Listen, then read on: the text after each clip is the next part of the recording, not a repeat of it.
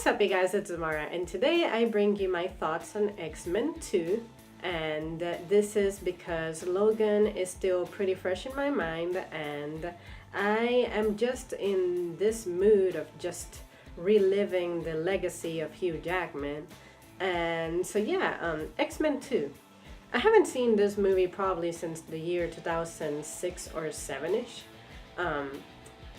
So seeing it again, it was like, oh wow, I do remember why I loved this movie so much in 2003, although it is not the best X-Men film that we could ask for.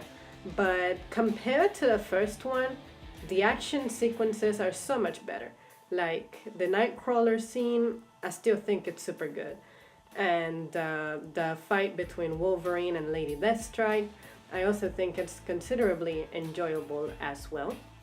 And I just like the pacing of this movie better. I do not find myself bored ever compared to the first one, because oh my goodness, it could just freeze at times. And of course you still have the political aspect of it, which is, that's really what the X-Men are about. You know, they're pretty much fighting for their place in the world without being chased or hunted down for it. And they're also thought of as a threat because of their powers. Humanity is wondering just what their intentions are, if they're a threat or if, you know, they can live peacefully with the rest of, you know, humanity. And yeah, the thing that still annoys me about this movie is the misrepresentation of some characters. I still don't see Cyclops as the leader. In fact, he was actually pretty useless in here. I mean, yeah, we had him.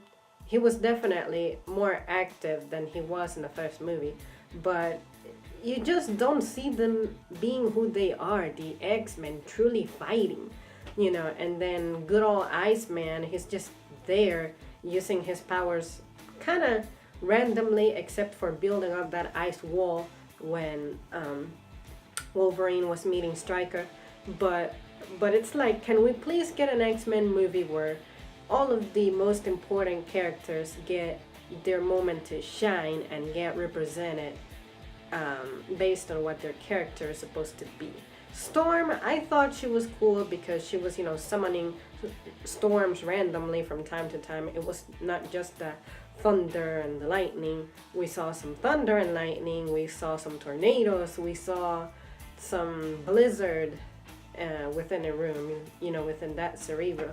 So I thought it was good to see that diversity in her powers. In the first movie, she created that little blizzard and the, you know, thunder and lightning.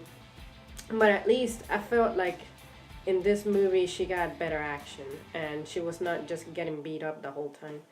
And I also enjoyed the X-Jet being present because it's a pretty cool plane. But yeah, you guys, X-Men 2, I still enjoy it, I still love it. I thought that since I'm not a kid anymore, since the first time I watched it, which was back in 2003, I did get to see this movie in the theater and I was super excited about it. And when my mom purchased the DVD copy for me, this was my movie every night for like the summer of maybe 2004 or something like that. So I was real about this movie. And also the dialogue seemed to be more useful and filling than the one from the first movie. So definitely X-Men 2 is one of those rare examples, or well, I guess in cinematography it's not that rare, where the second one beats the first one. But I'm just so glad that X-Men 2 is not as boring as the first one and definitely not shitty like the third one.